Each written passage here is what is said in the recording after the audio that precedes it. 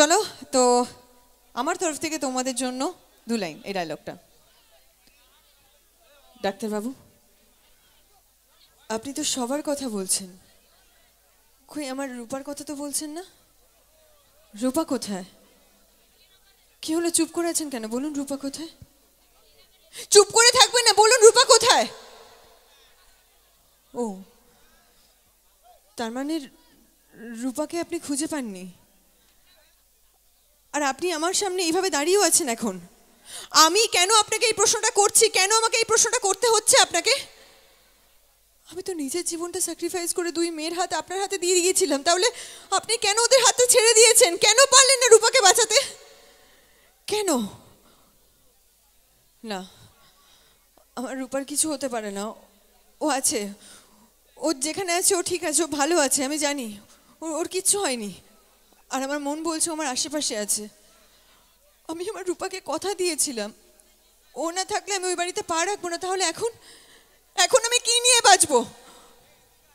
আপনার কাছে কোনো উত্তর নেই, আর উত্তর থাকবেই বা কি করে? আর আমি আপনার কাছ থেকে কোনো উত্তর চাইও না, আমি নিজে রূপাকে খুঁজে বের করব। আমার কারোর হেল্প লাগবে না, আমার আপনার হেল্পও লাগবে না। মা মেয়েকে ঠিক খুঁজে বের করবে, করবেই। Thank you so much.